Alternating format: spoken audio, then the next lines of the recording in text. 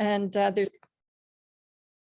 there are no, I'm getting signals that I'm not talking loud enough for the room here. Is that better? Okay. So there's no speakers here in Toronto. We're welcoming people from other cities, another country. And sorry, I'll just repeat what Faylene said at the beginning of the first session.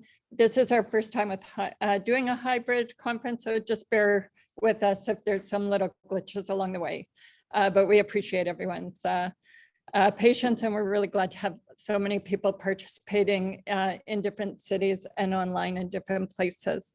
So before I go any further, I'll just introduce myself. My name is Christine Beckerman. I'm a member of the the International Socialists, the Toronto East branch. Also a member of the United Steelworkers, Local 1998 at the University of Toronto up the street. I'm joining from the Steelworkers Hall here in Toronto, which is the traditional territory. It's on the traditional territory of many First Nations, including the Huron-Wendat, the Haudenosaunee, the Mississaugas of the Credit River, and many people still living here today from Métis and different Indigenous communities. I want to introduce our speakers and get our session going. So we're going to have 3 speakers today. Our first speaker will be Chantal Sundaram, who is a member of the International Socialists and an activist with in many areas, including Community Solidarity Ottawa. Our second speaker, sorry, I'm just gonna, pull up my notes here, is Diwa Marcelino.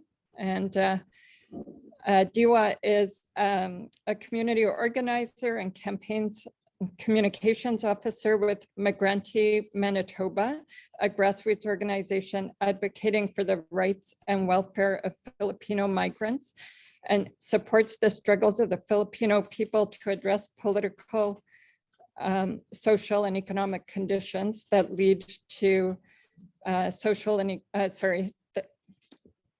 address political, social, and economic conditions that lead to forced migration. He also serves as a board member for the Council of Canadians and a steering committee member of KAIROS, and is involved in coordinating community solidarity groups across the country. And Petros Constantinou is joining us from Greece. He is a member of our sister organization in the International Socialist Tendency and a coordinator with KEERFA, which is a group fighting fascism that has quite a historic record of fighting Golden Dawn there. So I'm going to be calling on the speakers in that order. So I'm going to begin with Chantal. Thanks, Christine. First, I hope you can hear me. I have to ask you to put up with my voice. Can you hear me? Yes. Yeah. I'm recovering from COVID, so I'm struggling a little bit with my voice. I'm hoping that that's not going to interfere. But I'm just going to start by saying that I'm speaking to you from the unceded and unsurrendered territory of the Algonquin Anishinaabe people. And my acknowledgement of that ties directly into what I'm going to talk about for my part on the panel. Because, you know, as was mentioned in the last session, it's absolutely true that on this unceded and unsurrendered territory last Canada Day, the usual sea of red and white patriotic frenzy was transformed into a sea of orange. In acknowledgement and protest of the Canadian genocide against Indigenous children. And it was an event that was led very much by the Algonquin Anishinaabe people of this region. Unfortunately, we're going to talk about why this coming July 1st in Ottawa is going to look different. And this panel this panel follows very well from the last one. And it's no accident that the question of the rise of the far right came up in the last panel, because crisis breeds resistance to the status quo, but not only from the left. There's nothing automatic that guarantees a progressive, let alone a socialist response to the economic crisis, the environmental crisis, or to militarism. Solutions from the right can impact people as well. And in fact, the whole history of the far right is one of attempting to profit from crisis. If we look back to the 1930s, the way that organized fascist movements emerged out of the drive to yet more inter-imperial conflict in the Second World War, driving despair over the Great Depression and sudden unemployment and poverty of millions towards false solutions and towards politics of hate. What we learned historically from that experience, and which I think we still continue to relearn, is that the far right and openly fascist movements have the capacity to reinvent themselves endlessly around different wedge issues emerging out of capitalist crisis, but at their heart is a fundamentally anti-working class agenda, even though their populist rhetoric deceptively targets poor and working class people, often with almost socialistic rhetoric. And so in the 30s, leftists, socialists, and Marxists had an immediate task of trying to understand what this new phenomenon was. What was fascism when these far-right mass movements first emerged? The name originated in Italy, and mass movements emerged both there and in Germany with new leaders that had a base in the poor and working masses, but were directed and financed by big capitalist powers. They were led by forces from the middle class. And who was the middle class? This is an important question. It's not necessarily the term that's very clear to most people. It's often used when we say middle class as working people who earn a higher income. But really, the base for fascism was about a class within society that sort of squeezed between the two major drivers of class struggle in capitalist society. There is a class of self-employed or small business owners, certain types of administrative or professional people who neither have the political and economic power of the big capitalist ruling class, nor do they have really the collective organizing power that the working class potentially has. So it was a movement that was attempting to harness both somehow in order for this new leadership to make itself heard. And so because the strata doesn't have power of their own in moments of crisis, far-right movements have been a strategy to try and relate in some way to the despair and anger in the poor and disenfranchised masses, and to seek support from sections of the ruling class who can no longer manage the crisis in their own normal way.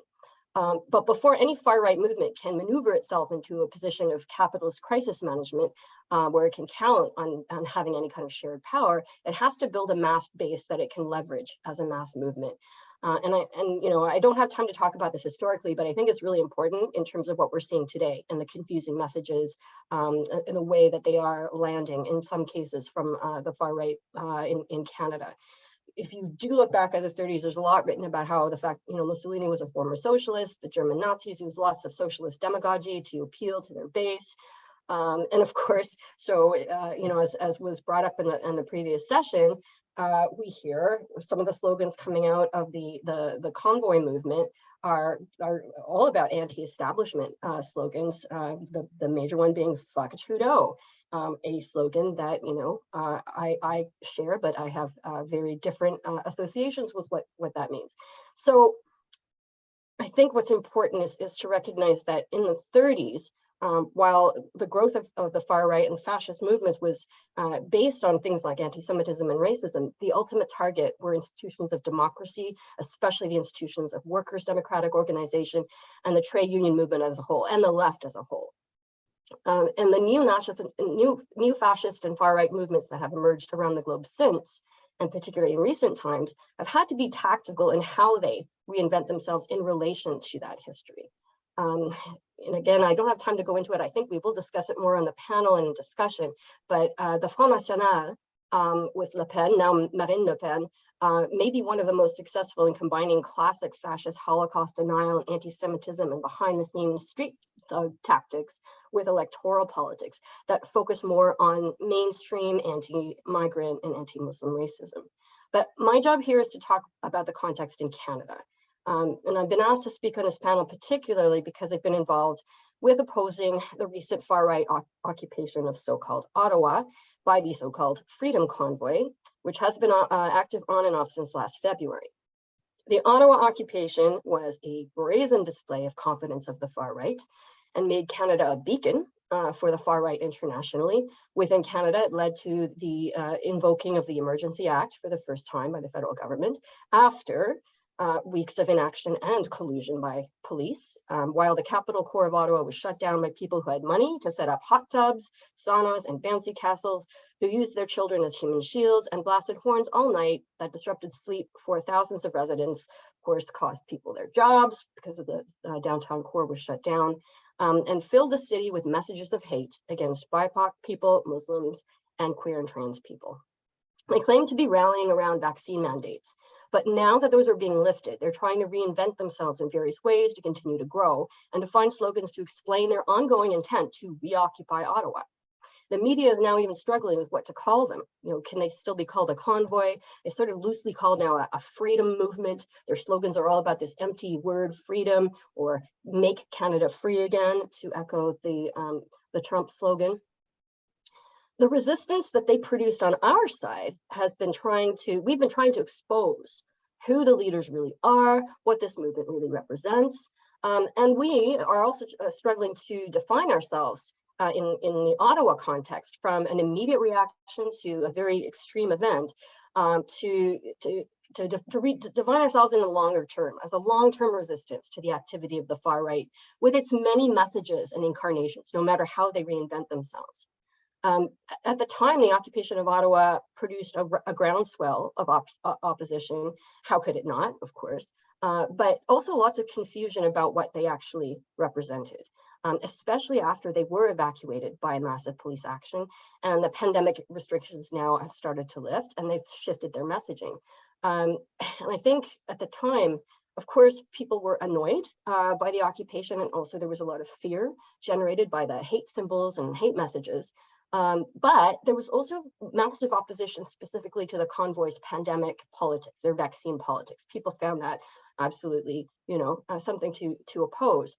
But then there was confusion about the relationship between that and the more open far-right politics and the hate targets. All the claims that no matter how visible these hate symbols were, this is just the fringe. This doesn't represent, the broader support here. And I think this reflects the success of the convoy leaders in seizing on an issue that was mixed for a lot of working people, namely the vaccine mandates. And I say that in Ottawa, I think there was a lot of opposition to their position on this. It was mixed here too, and I think in other parts of the country even more so, because of the way the vaccine mandates were applied and the connection with job loss. The whole question of economic suffering and despair coming out of the pandemic was something that allowed for confusion and also a pull of attraction for some people who wouldn't necessarily identify with all of the far-right politics of the convoy. Unfortunately, I will say that the vacuum of the mainstream left, in particular the NDP at both the federal and provincial level, on many issues, gave space to the right to claim to represent workers. They seized on the anti-vax issue as a good wedge issue at the time, but it followed very much on previous things that they'd seized on, in particular, the whole counterposing of jobs to the climate.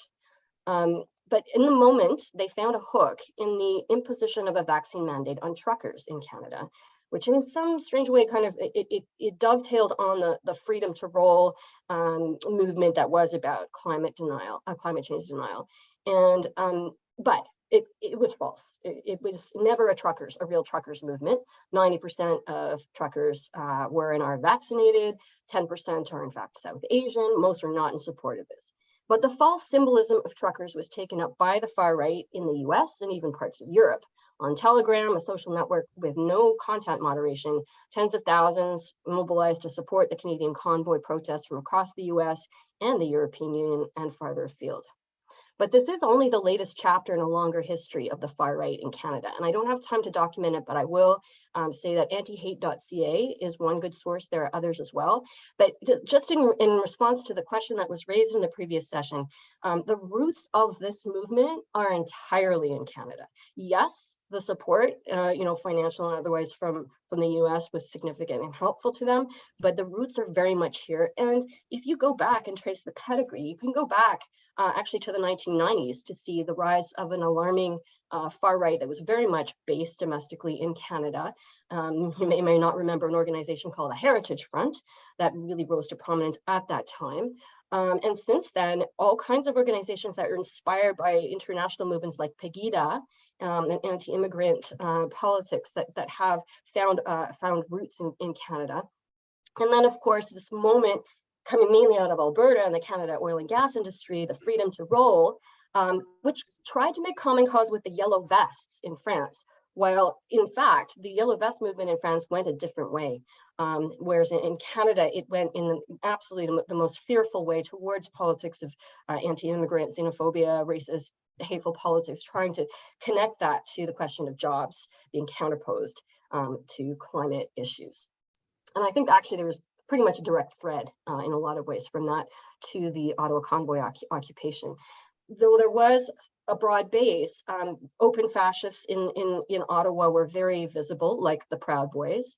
And that, again, if I'm not mistaken, I think the Proud Boys are themselves a Canadian export. I think they actually come from here. There were serious far-right activists like Pat King, involved in the occupation that he was finally arrested and denied bail due to having illegal firearms. When the convoy border protest at Coutts, Alberta, during the Ottawa occupation was busted by police, a picture of weapons, ammunition, and body armor seized showed patches belonging to a neo-Nazi group called Diagolon. The Canadian anti-hate networkers followed them. They tweeted that, there was clearly a picture of a plate carrier with Diagolon patches. They're an accelerationist movement that believes a revolution is inevitable and necessary to collapse the current government system. It wants to build its ideal nation state, which runs diagonally from Alaska through the western provinces down to Florida. And they apparently have a militia with a sizable support base across the country. Now, we can't leave out in this pedigree the Canadian far right that's broader and forays into electoral politics. We saw just recently in the Ontario election this new party called New Blue. People may have been confused seeing their signs, but very much an attempt to present an electoral face for the far right in the general sense. And also the subtext of what is going on in the federal Tory leadership race currently, and the People's Party of Canada. I just want to quickly quote Pam Palmatier, who is a Mi'kmaq lawyer and member of the Eel River Bar First Nation in New Brunswick. And she writes about the fact that the People's Party of Canada platform contained just the right combination of commitments to speak to those with far-right ideologies, anti-Indigenous views, pandemic gripes, and pro-gun attitudes, including their promises to maximize freedom of expression, meaning to allow more hate speech, et cetera, et cetera. And while some may see individual incidents of Proud Boys and other white supremacist groups as one-off incidents, we know they are part of a larger phenomenon that is loosely rallying around the PPC. Unfortunately, Quebec cannot go without mentioning this.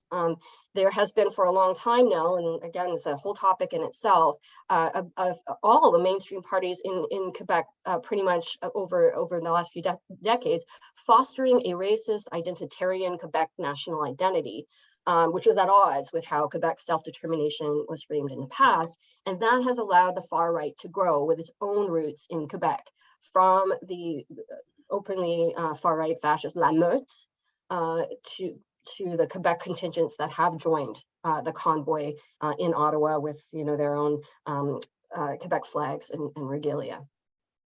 So I have to move on quickly now to the question of resistance. In Ottawa and across the country, self-activity of the community was organized sometimes by organizations of the left, but often spontaneously. And the convoy was making an appearance across the country. So in Vancouver and Edmonton, a small number of protesters successfully blocked convoy movement, trucker movement in the streets, causing them to turn back. There were solidarity protests in a number of places, including Toronto. And in Ottawa, though it took a long time because the occupation was so massive and caught people on the back foot, a movement emerged towards the end. And it started with a planned rally and march that didn't directly confront the convoy, because it was felt that was just too massive. But it did bring people into the streets. 2 minutes. 2 minutes? Thank you. Okay. It did bring people into the streets for the first time and gave confidence for a spontaneous uprising that happened the next day, which became known as the Battle of Billings Bridge, which successfully blocked a new group of truckers coming into the city. And it started small and grew throughout the day and gave an indication of where things could go in terms of the resistance that could have continued. They successfully forced everyone on that separate contingent to remove their flags, remove their racist decals, and leave in silence. So it was total victory that could have been built on. And then the lesson was, we can only rely on ourselves, not on the police. But then the Emergency Act was invoked by the federal government, and there was a massive police action with arrests. It's understandable why some people welcomed this, but it cut off what could have been a community-driven movement against the convoy, and itself was very repressive, with 100 checkpoints going into downtown where everyone had to justify to the police why they needed to cross. Now, I'm going to have to skip over some things, but there were several attempts to return to Ottawa. The most successful happened at the end of April. It was called Operation Rolling Thunder. And this time, instead of trucks, it was motorbikes. Far right on bikes and claiming to represent veterans' rights. And so what had come out of the protests against the convoy in Ottawa was a new organization, new coalition called Community Solidarity Ottawa. And this continued to organize. We organized against the Operation Rolling Thunder as we could, mainly to try and expose their messaging, expose who they are. But we also had an unwelcoming party upon their arrival that weekend. Now what we are facing this summer is a range of things as they continue their return. There's supposed to be some kind of freedom conference between June 20th and 24th. Don't have all the information about that. But the way they seem to be trying to reinvent themselves at this point, they're still trying to ride the vaccine question, but they're connecting it with the question of job loss. And so the demand is around reinstatement of federal employees who lost their jobs as a result of the vaccine mandate. And they're connecting it with this guy, James Topp, who is a veteran who will be marching across Canada in protest of the remaining vaccine mandates in some kind of weird mimic of the Terry Fox March. And Topp started walking to Ottawa in February. When he arrives, he's going to be featured as part of the events that happen around June 30th and July 1st. So just to end here, I think what we're looking at, and the other thing that the movement claims they're going to try to do is maintain a presence throughout the entire summer at a camp called Camp Eagle, a little bit outside of Ottawa. So we're going to have to figure out what is the best way to counter what they see as a very long-term project in an attempt to maintain a presence here throughout the summer until Labor Day. Community Solidarity Ottawa is in the process of figuring out how we can rebuild our capacity and think about the long-term, the sort of marathon that this might require. It does also seem to be the case that it might be a moving target, because some of the things that they've ramped up around messaging are very much around anti-LGBTQ2S and trans people, given the attack that happened in Idaho in Coeur around Pride. That could be a thing when we have Pride coming up in August in Ottawa. So we're just at this point. I'm just going to we're just at this point, and so I welcome questions about what it's going to look like. But just to hand it over to my co-panelists, because I think the important part of this session is that crisis will push people out of the center, whether they go to the right or to the left is up to us. Thank you.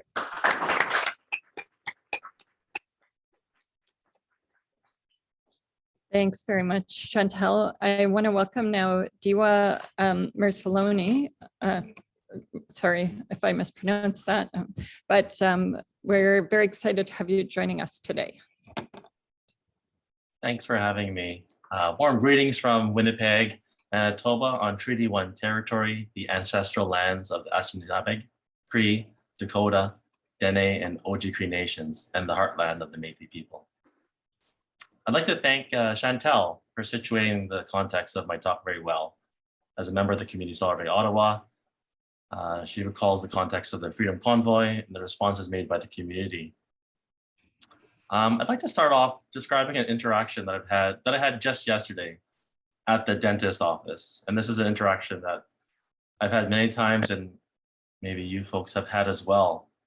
The worker at the front desk immediately started chatting, unprovoked, about politics in general, even though she said that she shies away from that subject. She quickly started to lament how the country was in decline and that she and her husband had purchased lawn signs displaying messages like "truck off Trudeau" and other colorful messages for our prime minister that we've seen all over the place, including on decals in the back of trucks and cars. She then mentioned that she was upset about the mandates and how her kids and her husband weren't allowed to be in the hockey arena, and how many have lost their jobs over their personal choice not to be vaccinated. She also described how there's been a rush to approve these dangerous vaccinations and all the side effects that result from it. She was then able to quickly spout off all of the House of Commons bills that have been passed in secret, supposedly, and how the Prime Minister is allowing Ukrainians and Syrians in the country and removing barriers to allow them to vote in the next elections. I was obviously interested in her thoughts, and particularly how she acquired this knowledge. So I tried to dig a little and ask her more details about the House of Commons bills, and even this plan to allow Ukrainians and Syrians to vote. While she couldn't articulate any context or details to back it up, the support that she was claiming, she did say that this information is widely available on the internet. And this is what we've been hearing from many folks for quite some time. I wanted to recall this interaction because I've had countless interactions like this with working class folks since the pandemic. People who have felt the pain of the collective worsening of our finances and the general economic situations that we've been given. And also the folks who have felt that they have an avenue or an outlet to direct their anger, mainly at, migrants, liberal, woke folks, people who are basically removing the freedoms from working class Canadians. This is the sentiment that I've been hearing at work as well. Normally I work as a courier at a national courier company. And I would say that the majority of the workers there have this type of leaning. So this is not a group that is small and fringe. It's a group that is becoming larger and larger every day. And we know that there are almost 1 million Canadians and residents connected to far-right social media groups or pages. And this interaction I had is intimately connected to the Freedom Convoy occupations that happened in our major cities earlier this year, which started the Community Solidarity Project, inspired also by the Community Solidarity Ottawa, Toronto, and other actions in different cities. So for the past few months, I've had the privilege to support something called the Community Solidarity Project, which included creating coalitions or supporting coalitions being organized by activists across Canada, like the one that Chantal's involved with. It was led and inspired by Community Solidarity Ottawa in the face of the occupation by the Freedom Convoy supporters, but has grown to be a national project. The organizations and the meetings and some of the actions started after the there was a national meeting convened by the Council of Canadians, which I am a board member of. We hosted a meeting of national organizations, unions, racial and climate justice organizations, faith leaders, students, residents groups, and social activists. We all met to discuss how we can tackle the challenge posed by the far right, driving the Freedom Convoy.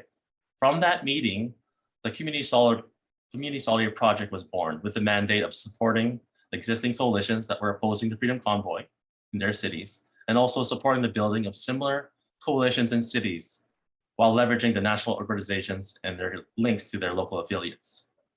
Throughout this project, I'm proud to report that we were able to convene additional coalitions outside of the ones in Toronto and Ottawa, like meetings that have taken place between activists in Edmonton, meetings that have taken place in Regina, Winnipeg, Hamilton, and London, and including other instances of coalitions that are being built now on the West Coast. And this is happening and it's continuing to grow. Like the National Roundtable, we were able to convene various groups from labor, faith groups, social justice organizations of all types. It's this kind of broad gathering of folks, which has made this organizing very promising and appealing, at least to me, It's not every day you see in a Zoom meeting a bishop of a Protestant church right next to a member of a police abolitionist group talking about the far right and historical and present issues of colonialism and capitalism, and conversations on how to solve the rise of the polarization of the working class. This project is only a few months old, so the proof of concept that this broad organizing will be effective is being tested still. The threat of the convoy actions on Canada Day will provide more opportunities to organize a response. But beyond Canada Day and after the freedom rallies have subsided, we will see if these community solidarity coalitions will continue to organize along long-term issues that residents of our communities face: our worsening financial outlook, eroding public services like healthcare, and the present threat that climate change is posing to our existence. One of the key aspects of the project was to develop an alternative narrative to that of the convoy and popularize that narrative through a messaging toolkit that progressive organizations use across the country. It centers around a commitment to the common good that draws on the lessons of our own history and shows that collective solutions provide the best outcome for the vast majority of Canadians and residents. This tool includes key messages that people can share, social media templates that are all customizable and shareable to further organizing events, meetings, and pushing out the messages related to the campaigns of the many organizations involved, not the false wedge issues being used to obfuscate and divide our attention and our solidarity. As a martial law baby, being born during the martial law imposed by Philippine dictator Ferdinand Marcos, I can attest to what a polarized society can lead to. The privatization, deregulation, and liberalization schemes that have wreaked havoc in the Philippines could not have happened without the hard and soft war tactics imposed on the Filipino people, including the direct attacks and killing of activists in the tens of thousands, but also the misinformation campaign. And the misinformation campaign has continued to grow, which has recently led to the election of the son of the late dictator, Ferdinand Marcos, who's now the president of the Philippines just recently, the same president that my family was fleeing from, and also the daughter of the previous president, Rodrigo Duterte, who's been accused of the killings of about 30,000 Filipinos. She has won the vice presidency. Both their fathers implemented neoliberal policies, which has given rise to the chronic depression the country faces, leading to forced migration that my organization, Migrante Manitoba, deals with.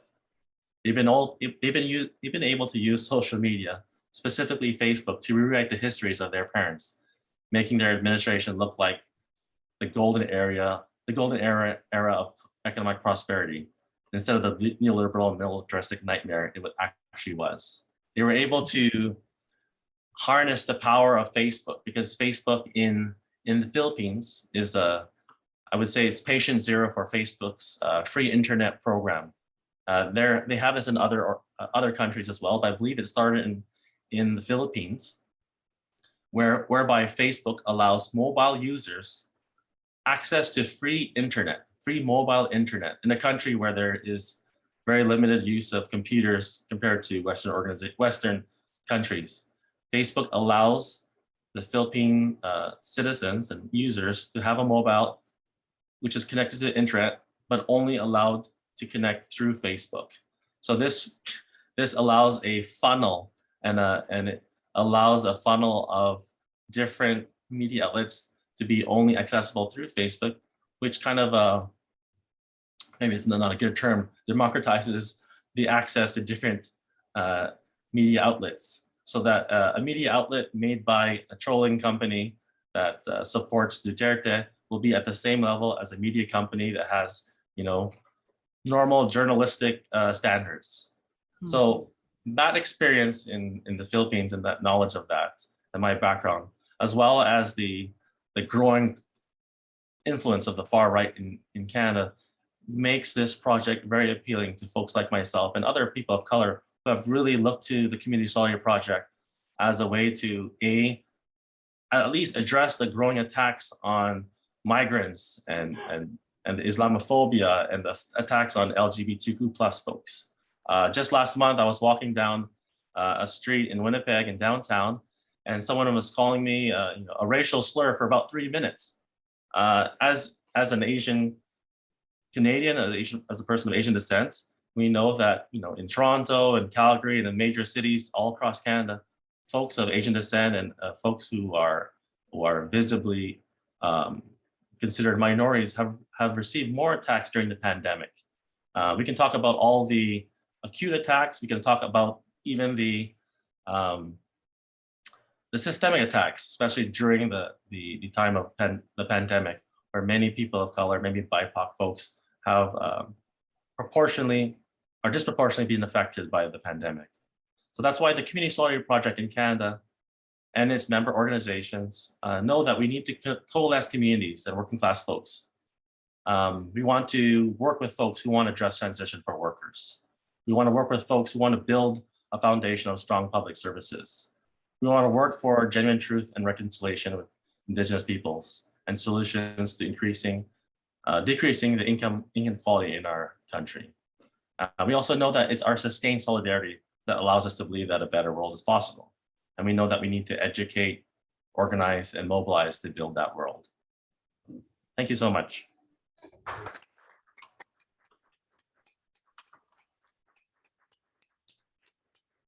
Thank you so much, Diwa. And I just want to apologize for mispronouncing your name at the beginning. It's Diwa Marcelino. Right. And thank you very much. And I want to invite Petros to speak now. Petros is joining us from Greece. Okay, first of all, thank you very much for the invitation.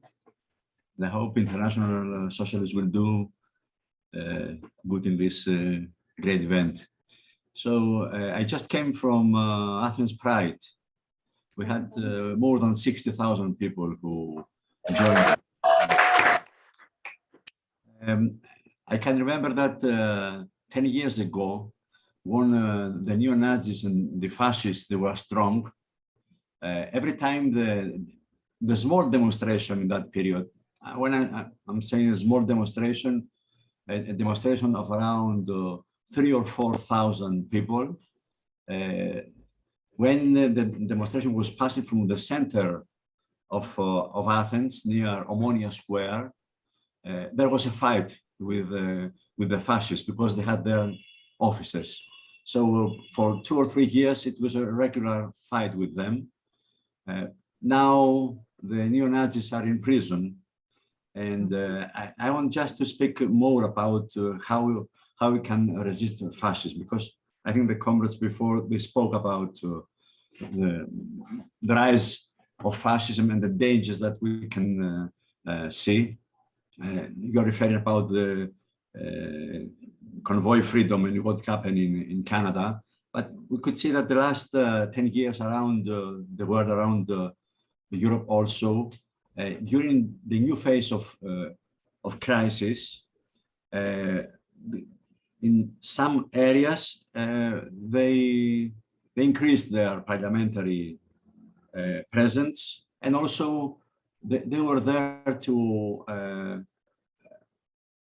attack migrants, to attack women, to attack LGBT people, Muslims, and so on. So, but I think that we have to be careful on some issues. When we speak about fascism, we have to be very clear on what we are speaking about. Fascism is not, you know, a neoliberal force like the others, who is more aggressive. There's a big difference between a fascist party and a neoliberal or a right-wing party. The main difference is that the fascist party, they have the strategy of absolutely destroying every kind of democracy, from parliament to left parties and trade unions. But also they are the parties who are using violence on the streets. And this violence is not accidental, it's organized by an almost military organization that gives order from the leader to the member. This is an army going on the street, organized, and on the same time, they have a political current, let's say. They try also to use the parliament. They're doing both things. It doesn't matter if in one period they're doing only one thing. And I mean, we have the example of Le Pen's party, and now Marine Le Pen with a different face. We cannot obscure ourselves of what's happening, because this fascist current, these fascist trends, they have different political currents there. They can use populist language, they can use Islamophobic language, but in some countries you will see them to be homophobic, in some other countries not homophobic. You can see on their leadership gay people and so on. The main thing has to be assessed, and it is their willingness to fight the working class movement on the street, their readiness to attack the migrants, criticizing the governments that they are not doing what they are saying. The neoliberal governments are against migration, and they're using racism. They're using racism with police, with fences, with detention centers. The difference with the fascists is that the fascists are stamping the migrants. They're killing the migrants. They're organizing pogroms. They try to control areas in the cities where they are attacking systematically the fascists. This is the example of Golden Dawn in Greece. Golden Dawn developed Golden Dawn is an old organization. It was a small group for a lot of years, from the 80s, late 80s. So from the 90s until now, they grew from a group that they had 60 or 70 members to an organization participating in the elections with 0.12%, with nothing. And on 2012, they managed to have 7%, 500,000 votes in Greece, where the population is 10 million. In order to see what happened, it is not automatic that economic crisis open the space for the neo-Nazis. Because during the economic crisis, there was mass workers' resistance. In Greece, we had almost 30 general strike against the austerity package and the plans of the European bankers to impose austerity. We had also the rise of the left electorally. What happened practically, it was the collapse of the old political parties. The political crisis opened the space for a group of neo-Nazis to win even parliamentary seats. The traditional political parties in Greece, the Social Democrats and then neoliberals, combined, they had 85% of the vote. In just 2 years, they lost more than 55% of this. They collapsed. So, millions who were angry with austerity, and they were, some of them, they were fighting. They were desperate also. There was a part of petit bourgeois strata, especially in the cities, hit by the crisis. They lost their shops and so on.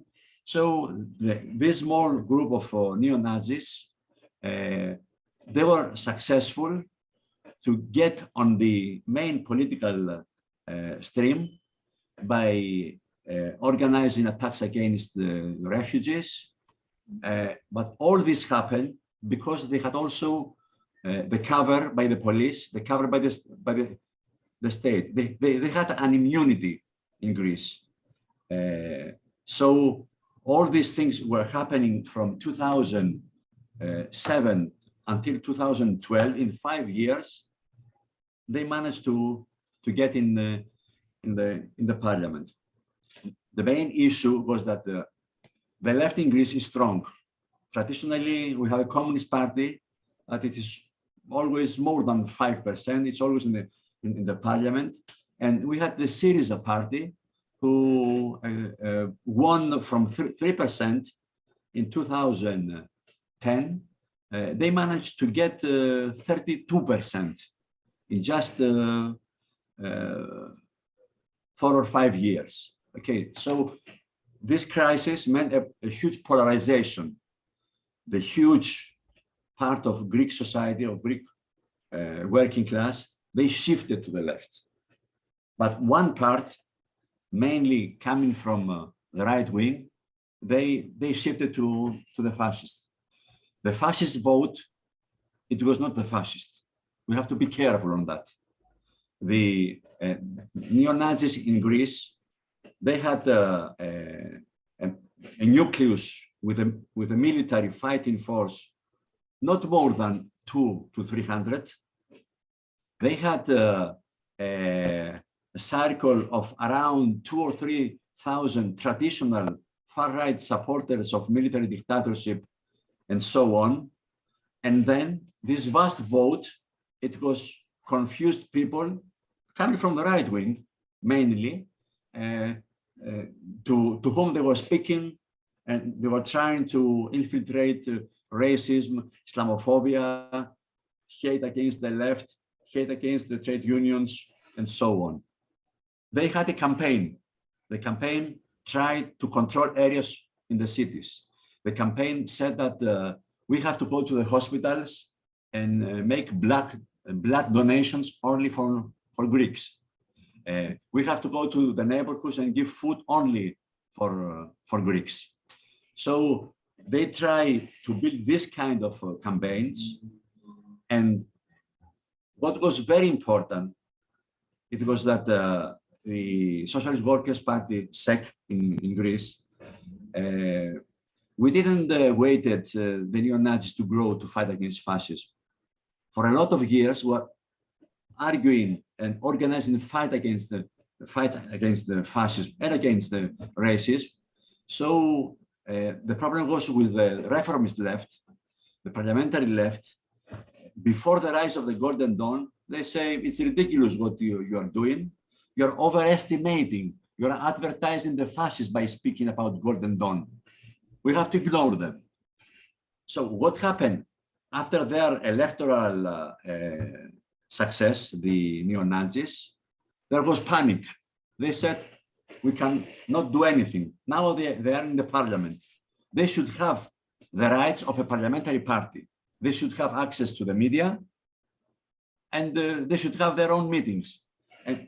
And so we stand against all this passive stance against the rise of fascism. We argue that the organized working class, the students' movement, the migrants, and so on, we have to build a united front, a united movement against the fascists. And in this united front, based on the tradition of Leon Trotsky, how he argued and how he tried to convince the Communist Party and the Socialists, the social democratic parties to join forces against Hitler.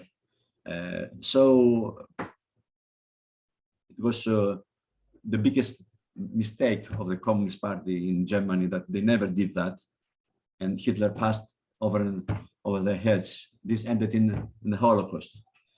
So the United Front is the tactic that we argue that we have to join from social democrats to anarchists, but also we have to be very sharp.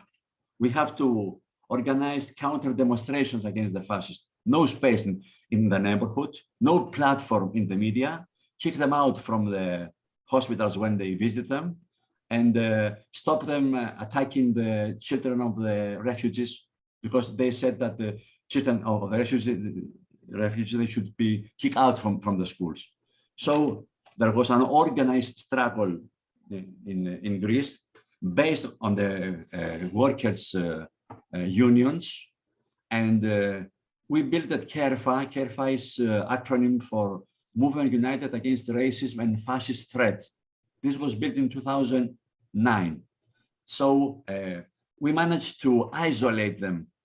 Even if they got 7% and 500,000, they couldn't do even one open meeting in Athens without being circulated by thousands. They had 200, we had 3,000 against them. They were attacking one migrant in one neighborhood. there was a counter demonstration for the one stamping. And this was happening in 3 days, 1 week, very quickly, all this movement builded this power. We stopped them to use the microphones of the public TV. How? By organizing strike by the workers. The management, they said, no, they have the right. They are a parliamentary party. And the union of the public workers in the TV, they say no platform on them. So they organize a strike every time that the administration said they will speak. But the most important thing was the solidarity with the migrants, how we join forces with the Pakistani community in neighborhood by neighborhood. So in 2013, the Nazis escalated the attacks. They murdered Shahzad Luqman, a Pakistan migrant worker, and also Pablos Fisas, the rapper, in September of 2013. This it opened the space for KEERFA, for Socialist Workers' Party and the anti-fascist movement. It was a big challenge in that period. Either the neo-Nazis, they could use the terror to stop everyone, because they attack also the trade unions in that September. It was their September. It was very systematic attack that we are here to control everything, to substitute the police, to substitute the state, to attack the workers' movement. So when they murdered Pavlos Fisas, the next day, there was a general strike in Greece. And I remember I was on the platform of the workers' unions, and I invited everybody from the workers' movement and the anti-fascists to be on the same afternoon in the area where Pavlos Fisas was murdered. And there were 20,000 people who demonstrated just 1 day after the murder. The police was cooperating with the Nazis again there. So it became a huge scandal with the government. And after that, the government, in 1 week, they were forced to send the police to arrest all the parliamentary group of Golden Dawn. 18 members of the parliament, they ended in prison. And this opened the case for the trial of Golden Dawn. So in order this to happen, after 1 week, the trade unions, they accepted to go for a general strike to close down the central offices of Golden Dawn. Wow. And So Petros, you have 2 more minutes. okay, so they have to, the government in that period, they have to face the revolt from below, from the workers and the anti-fascists, or to go for to stop the Nazis. And this really opened the space for the anti-fascist movement to crush them. So after all these years, 7 years after that, the neo-Nazis are still in prison. The legacy of the anti-fascist movement is here. We have, again, a neoliberal government after Syriza. This new government is involved in the war in Ukraine, and they are escalating the competition with Turkey. They're closing the border. They're opening again the space for the fascists. But it is very clear that the tradition of this victory is enough as a base to stop all the attempts by the fascists that they are doing now to revive.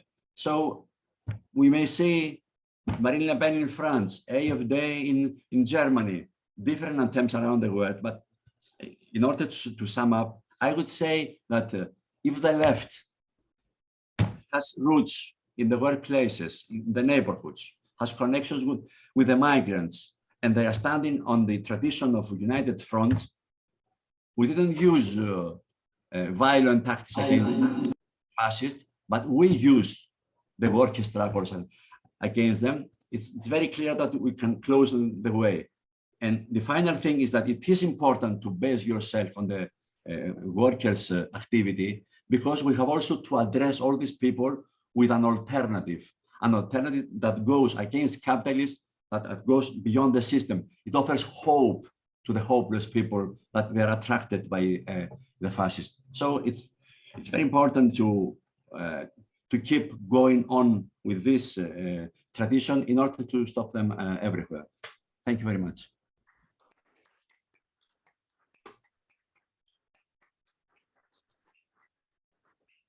So I want to thank all of our panelists. That was really great. And we're going to open it up for some discussion. So if people want to ask a question or make a comment, just either raise your hand in Zoom or raise your hand if you're in the room here. I'm going to ask people to be fairly brief. I think we're going to obviously go a little bit longer with our session, but we'll start with Enrique. Yeah, hello, thank you. And I want to thank the comrades, both from Canada and the comrade from Greece, for speaking on this subject. The anti-fascist movement is an incredibly important and vital movement for the development of revolutionary socialism. I wanted to ask, I've noticed, because I'm a former anarchist, I was an anarchist for 7 years, and I've been a Trotskyist for 2 years. And I've seen a very marked difference in the way that that anarchists and Trotskyists conduct their vision of themselves and relating to the anarchist movement.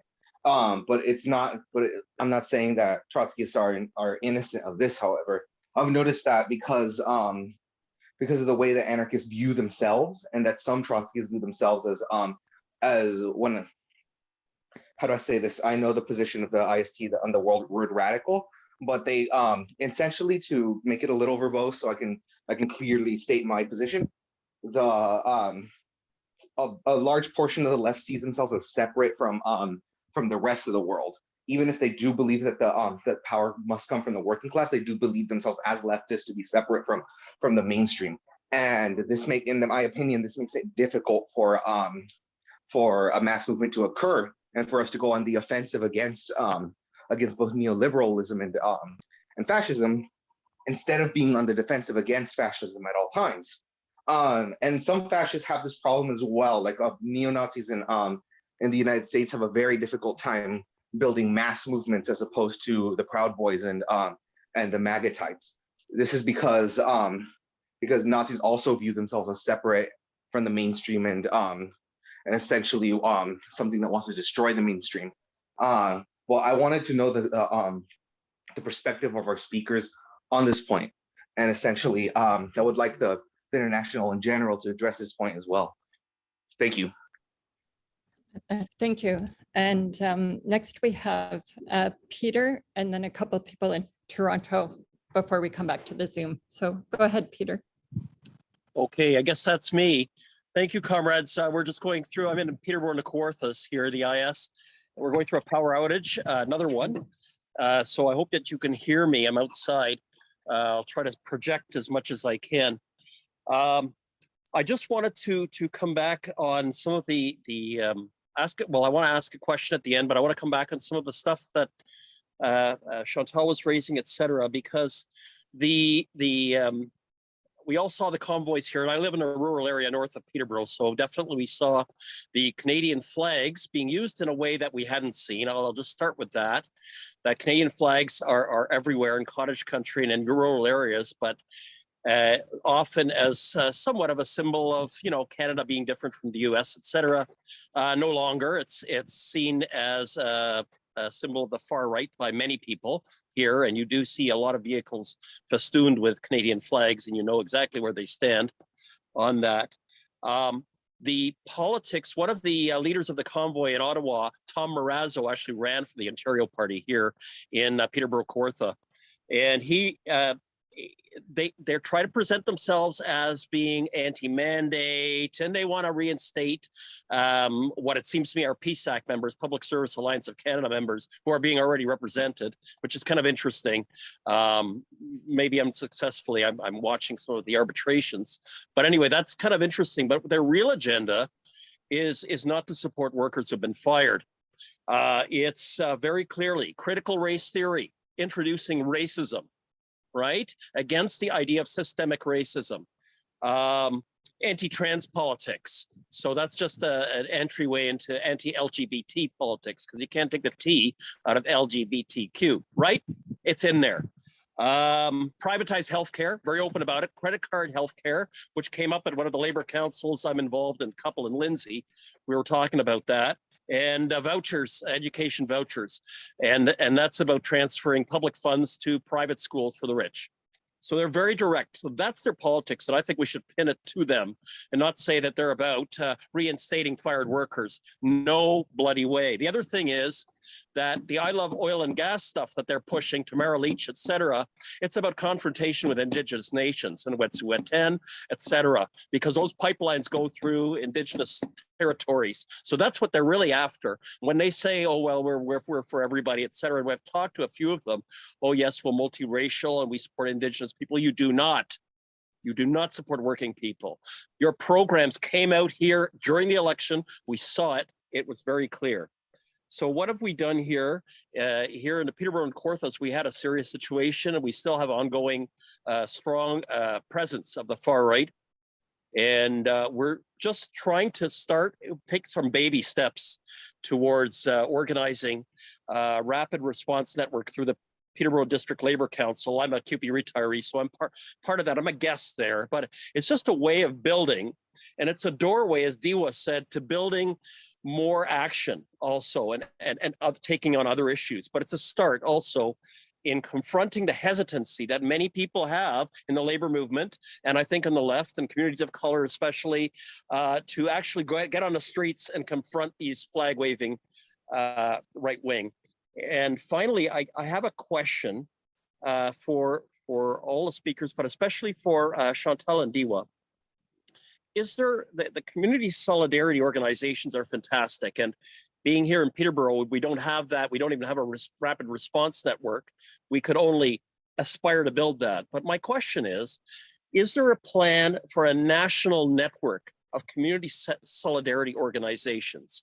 And my thought on this would be to coordinate not only countrywide actions against the far right, but also to speak out with one voice in opposition to the convoyers, because we have no voice against the convoyers to say this kind of thing, that this is the far right, that they're for privatization. To make it clear, our voice should be the NDP, the Social Democrats. It isn't.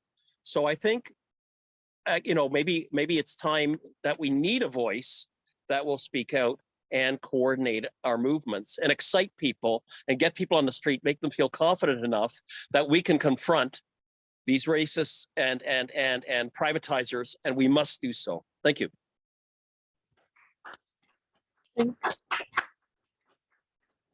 Thank you very much, Peter. I just want to say that we'll bring all of the speakers back up at the end of the discussion to make any comments, answer questions. We have 6 or 7 people on the speakers list. We may not get to everyone, but if people can try to just keep their comments brief. And next we have Carolyn. Thank you very much. I wanted to thank all the presenters, and every one of you just gave an excellent presentations on the situation we're facing. I also, as president of the United States Workers Triennial Council, want to really thank all of you who've come out today to our hall here to take part in the Marxism conference and in this important discussion. Petros outlined the situation in Greece, what happened there, and the fact that they did not wait. They saw the beginnings of this happening, and they immediately started organizing within the unions, with migrant communities, within the broader community, to fight back and not allow the spread of these neo-Nazi ideas. And I think the role of the trade union movement is, as you said, but not just the trade union movement, aligning with all of those in the United Front tactic to really build a movement that could in the end essentially disable the growth of neo-Nazis in Greece. Not that it's gone entirely, but you made such an incredible difference by building on the ground. And I think that's what we're trying to do. And listening to Chantal, the experience in Ottawa, And Diwa Marcelino talking about the community solidarity network, so important. And I think one of the things that we had to get over initially is that people in Canada did not believe we had a far right of any breadth at all. And the shock of what happened in Ottawa when that siege took place was just extraordinary. But it's not gone, as you're all saying, and we have to respond. Myself and other comrades, field workers and others in this room and beyond, we're very much involved in looking at picking up the model of Community Solidarity Ottawa and started building Community Solidarity Toronto. And it's very much rooted in the trade union here, the Trades and Labor Council, the Labor Council we call it here. And Andrea Babington, the first Black woman president of that Labor Council, came out of the hotel workers. She's totally committed to this and is bringing in a whole range of racialized communities to build and to fight and to organize. And I think that the message that Diwa was putting forward today, that he has been involved in this project, as he calls it, and when we see it in Ottawa, in Toronto, in Hamilton, and Winnipeg and other cities, it is hugely important because we have to be on the streets. When they are there, we have to be there. And we know that we represent way more. We understand that people are drawn to the right in hard times. They are. We appreciate that. Even some of our own members, some of members in National Steel Car and other unionized workplaces and steelworkers, we know there's a draw there. And we have to do all we can to provide an alternative vision and organize publicly whenever the right is out, as you all did in Ottawa, blockading the streets. So more of the convoy could come out, start with dozens of people, 30 people, 40 people, and then 1,000 people, whatever the number was, to actually stop it. These are the types of activities we have to be involved in. And I know I can't go on for long here, I'm seeing this here, but this is, I think, very optimistic. We have to take up that challenge. And I think with the roots that we have sunk and the building that we are seeing of these community solidarity networks, we have a very clear path to really getting the majority on side and doing as they did in Greece. Thank you very much.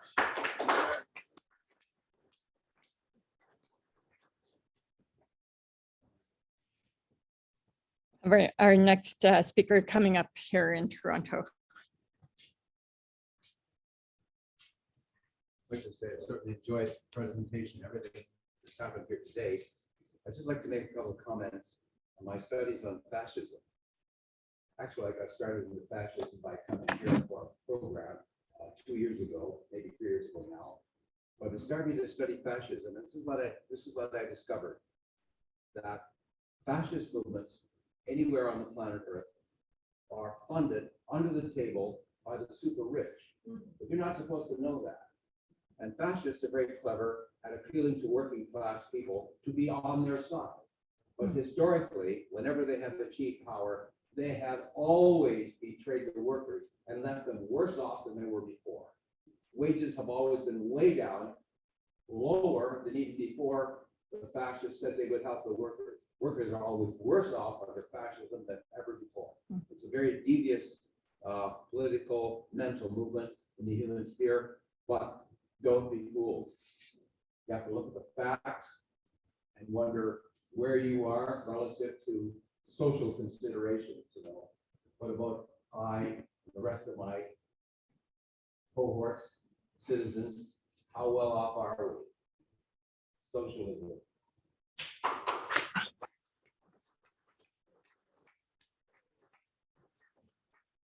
Thank you. Next, I have John Bell on Zoom. Hi, everybody. I'm very much enjoying this. I wish I was there with you. I want to talk specifically and add in this element to the discussion that we've been having. Another area where we're beginning to already see, and we should get ready to see a lot more of, is a concerted, organized push from the far right to deny the claims of the dead Indigenous children at the Indian residential schools. We've already seen a few articles, notably by the well-known ratbag Terry Glavin here in Canada, but picked up by the New York Post in the U.S.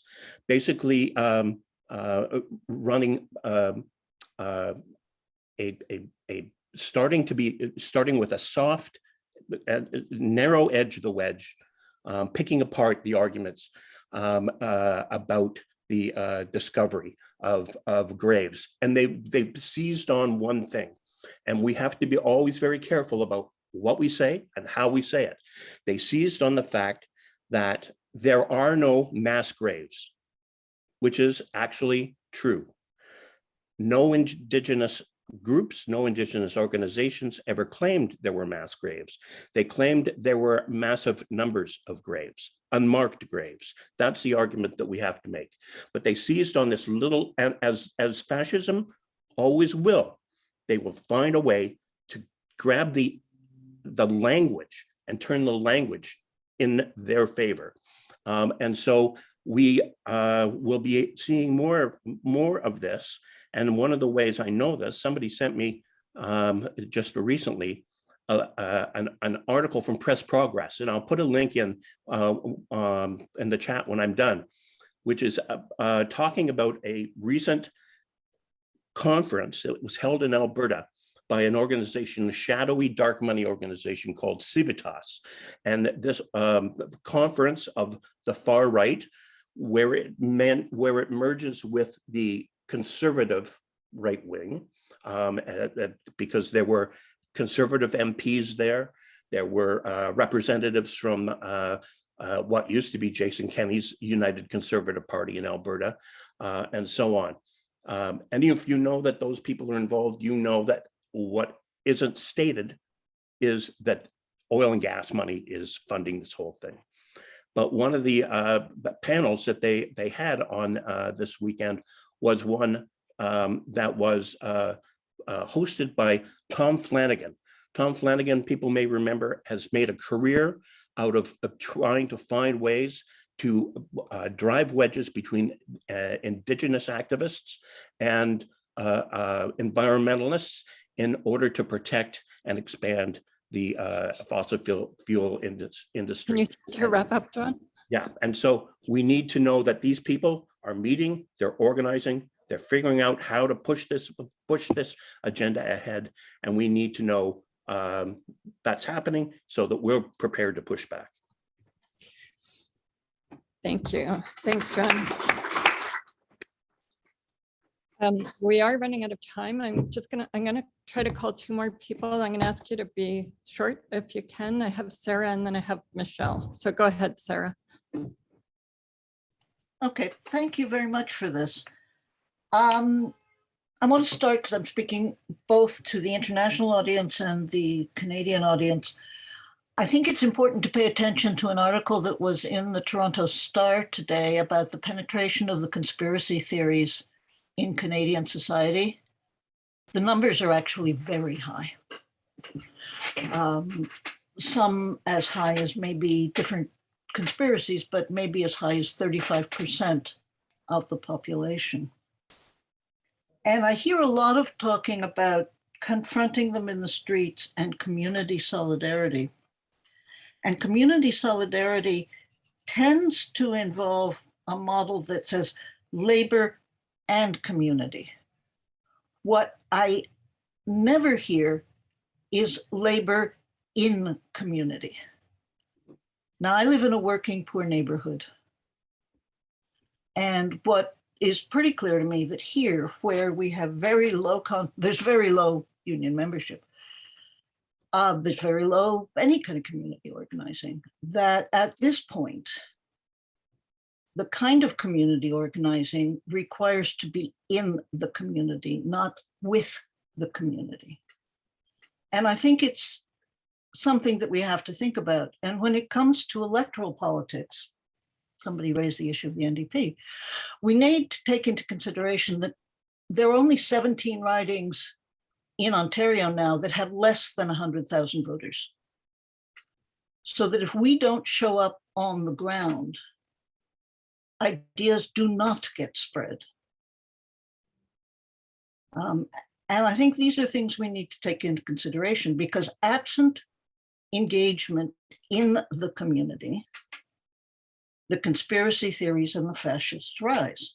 I live in a community with fascists. We have swastikas on our library, about 2 blocks from me. But what I have seen is, and it's something that's causing me to rethink my politics, that focusing on the demos and the confronting with the absence, it's the absence, it's the silence in the community itself. Labor and progressives are going to have a very hard time confronting the growing influence of the neo-Nazis and the conspiracy theories. Thank you. Thanks very much, Sarah. Michelle, quickly, and then I will turn it back to the panelists. Yes, thanks so much to all the speakers and people who have contributed. I wanted to agree with Sarah on the need to do both. And I think I'm part of a group called Toronto East Anti-Hate Mobilization. And part of what we've been trying to do is be in the community when there are issues around the far right, and also build broader actions when there's an opportunity to do so. But I think even without a local group like that, I think campaigns like the Ontario Health Coalition's campaign to stop privatization of our hospitals, these types of things are vital. The campaign for paid sick days, all kinds of campaigns, anti-racist campaigns and so on. So I agree, but we cannot leave them. One of the biggest tasks we've had to deal with is the reluctance. For years, there have been far-right groups protesting in city halls and so on, the reluctance to confront them. And if we don't confront them when they're smaller, how are we going to confront them when they're in their hundreds, as they were in the convoy? And so it's very important to make that argument. And I'm really thrilled there is a community solidarity project and network. And we're going to learn a lot from each other in this process. I had a couple of things I wanted to say, and then a question for the panelists. The Indigenous people in Mission who were marching and were run over by a guy in a truck. It was said, the RCMP said this was an impatient driver. This is directly coming out of the convoy. It's directly connected. And so I'm very glad what John said about the importance of anti-Indigenous racism in the far right's perspective. January 6th, the Proud Boys, people have been watching the hearings in Washington.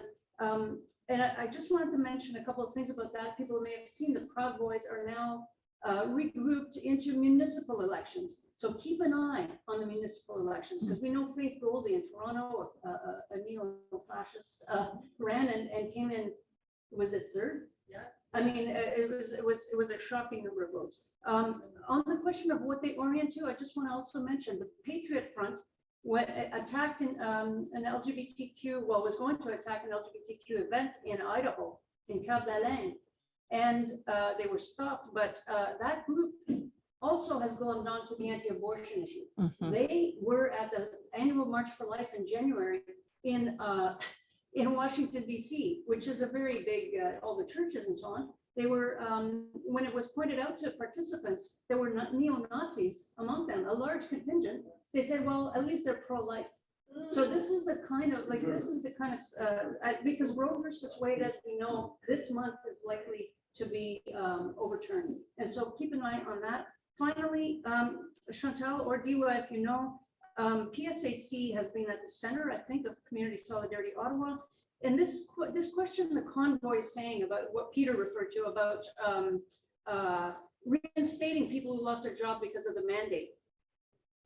It seems to me this is an opportunity for PSAC as a union to really come out. Is that something possible? Because that's a mass organization that is heading into a very significant mobilization, including an anti-racist part of their collective bargaining around diversity and so on. So comment on that. Thank you. Hey, thanks everyone. I apologize again for people who didn't get a chance to speak, but I do want to give each of our speakers 2 or 3 minutes to make closing comments that will go in the same order. So Chantal. So I'll start with that because I think, yes, PSAC has been central to Community Solidarity Ottawa, but the district office. So it's not quite the same as like the full force of PSAC. It's the district office in Ottawa and a few people who have driven it there. Nonetheless, that is like an obvious opening. The fact that they are focusing on that, it's a golden opportunity to push back from a union perspective. And I think everything what people have said is actually going in that direction in the discussion. What Enrique said about how some, like the Proud Boys, see themselves as separate from society or whatever. Really, there will be no success for a fascist movement unless they figure out a way to orient to build a mass movement, and that is historically how they've done it.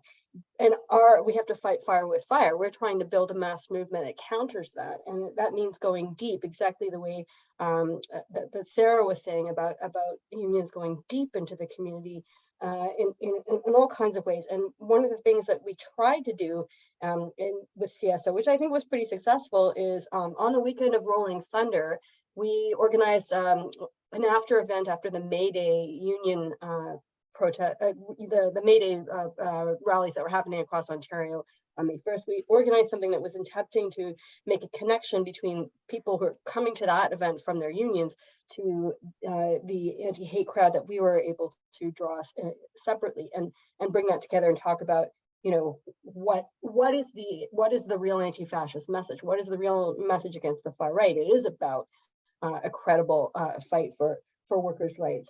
And I think we have to go deep and go wide at the same time, which is maybe Diwa will speak to this, but we had a conversation about what might be possible to connect the existing CS groups across the country, and maybe more broadly in some kind of conversation, at least that could be the basis of a network. But then, and that can build the confidence and morale of the people who are holding that together. But then how that goes deeper in our own locations is really going to be the question. And I'll just finish by saying, I mean, some of the people who are setting up this Camp Eagle thing are very conscious of what they're trying to do. They say, like there's 20% of the population that are just going to buy into the existing status quo at the 1% runs. We're aiming for the 60% that we can win over to our side. And that's where this is, so important, is that, we have to confront the far right, but we have to confront their ideas. I mean, we really have to find a lot of multifaceted ways to do that. I'm confident that we can. It's just going to be a lot of work. And I thank everyone for participating in this very important discussion about how we do that. Thanks, Chantal. Yeah, I agree. We need to confront the right and their ideas. And also, I really want to focus on the broadening and deepening of our organizations and our linkages with the working class folks. And Enrique spoke to this about how to create a mass movement if the left separates itself from the working class. And I think we know that we have to engage folks. I have the privilege of being working in a place where most folks are blue collar workers. So I've seen the sentiments of those folks and the folks I've worked with. So for a very long period of time, the way that they feel that they've been separated also from the so-called middle class, the way that they feel that they are being disenfranchised in many ways. I think we have to be very clued into what they're feeling. We must engage folks. It can't be a movement of activists only. And Peter Bosch talked about what we should do as community solidarity and how we're going to link. And Chantal just briefly described that we've had conversations already about how we can link those two together. The timeline-wise, the community solidarity groups are fairly still small and growing, but I think that's the next logical step, is to link ourselves together, maybe make national days of actions and things like that. It hasn't been done because we've just basically barely started. It's only been a few months. But as Carolyn Egan said, that it's very optimistic about the things that we've already made, like the coalitions that we've made, the linkages that we made with different communities. I've had meetings with more folks than I can remember in a very short period of time. Folks that we don't normally see. We have to expand beyond the regular activists that we see that come up to rallies and in meetings. We've through the Community Solidarity Project, we've engaged with different folks from faith communities, even folks from Development Peace, from the Catholic Church. Normally, they're not involved in conversations like this, but we are trying to use all the organizations that are membership-based to really broaden our reach and also try to deepen our coalitions by gaining members who are from those groups. Not necessarily, you don't need the approval of these organizations, but if we're able to speak at their events or their board meetings or things like that, or engage with their membership, I think that will be very good for us. And I'll just talk to a bit about what Sarah Chantal said. We need to be in the community. As a member of Migrante Manitoba, most of our members are actually temporary foreign workers. Most of these workers have tendencies that have made them vote for and fall into the narratives of the Marcos and Dutertes of the world, including the ones in the Philippines. Some of our members know that we are socialists and that we are trying to fight for many things, including fighting to remove the chains of capitalism in our country. But yet they're members with us, but they also have contradictions because they also believe that Duterte, who's a right-wing fascist and a killer of tens of thousands, might be someone that we can work with.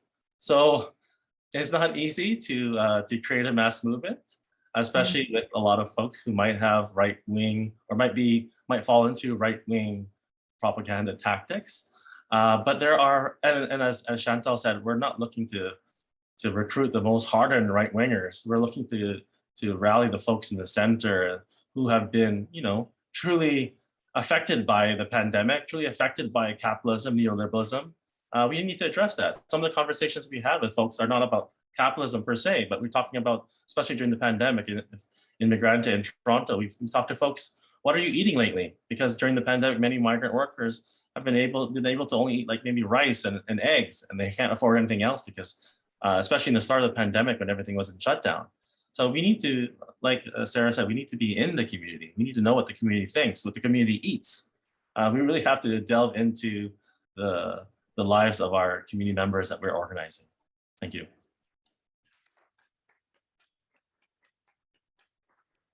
Thank you very much. Petros. Okay, I think that we have to build an independent anti-fascist activity in order to address the threat of fascism. We cannot answer to fascism by just saying that the working class, because it is resisting the cuts, it is resisting austerity measures and so on. This is, or if there are campaigns, there are movements defending their rights, that's enough in order to isolate the fascists. It's not the case. We have to be very clear on that. As socialists, we support all the movements. We support the working class movement and all the movements of the oppressed, the communities, the migrant communities, and so on. But in order to fight the fascists, you have to open that front independently from all the other issues. And we have to win the trade unions, the communities, the women's movement, the climate change movement. All these movements, they have to focus to stop the fascists. And that's how we can stand against the fascists. I wouldn't say that fascists, they have ideas and ideology. Mainly, the fascists are using the racist ideas of the establishment and they go one step forward. They're making this attacks, okay, pogroms, murders, stabbing, and so on, or attacks with cars. The lorry driver who passes against the indigenous people. So it is very important to be ready to organize and to attract all this big unity against the fascists whenever they go to the street. I wouldn't say the anti-fascist demonstrations are very important. That's why every year on the 21st of March, we're organizing internationally a day that there is always this focus. It's a focus against fascism, it is a focus against racism, and it is also international unity against them. We have to create a campaign that it is connected with what the fascists are doing. Of course, as socialists, we're building the alternative, but we cannot confuse things. So for me, it's very important to stand very firmly that we need urgently to build mass united anti-fascist fronts in the most organized way. We have to make a conference, we have to attract personalities, artists, journalists, university professors, activists, and so on, and to build this kind of united fronts in order to stop them. For us, the example was the Anti-Nazi League in the United Kingdom for years. It's how they stopped the BNP. It's Stand Up to Racism and how they stopped Tom Robinson. We have this kind of tradition, and I think that we have to focus. For us, it's not the matter, how big the organization is. It's an issue of political direction. We have to choose the correct moment in order to build this kind of fronts, and this gives us the ability to connect with the majority. The majority hates Hitler. They are for democracy. They are to defend the workers' rights. So if we address these people and target correctly the fascists, and also another thing, don't confuse the fascists with the right-wing nationalists or the right-wing patriots. The fascists are using the mask of patriots. They may hold the flag, the Greek flag, the Canadian flag, and also, but we have always to identify the fascists and try to build a line between the fascists and all the other political forces and all the other democratic forces in order to isolate them. So I think these are some things that we have as an experience, how we build it. And I will finally end by explaining what is the picture just behind me. You can see this picture now.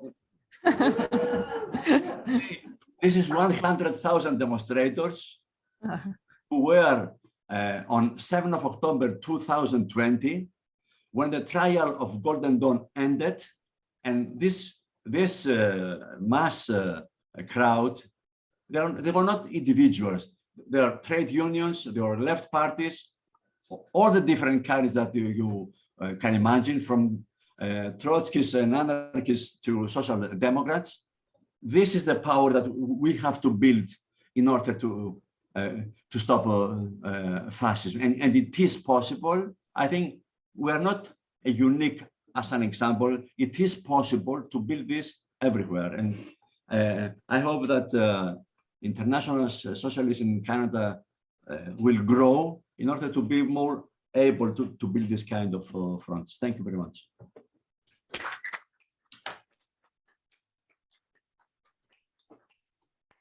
Thank you so much to all our speakers and panelists. I know we've gone over. We're going to try to move right into the next session. It'll take a minute to switch over roles here, but thank you again to Petros, Diwa, and Chantal. And if people need to grab something to eat or whatever, just please do it. And we'll be right back with the next session.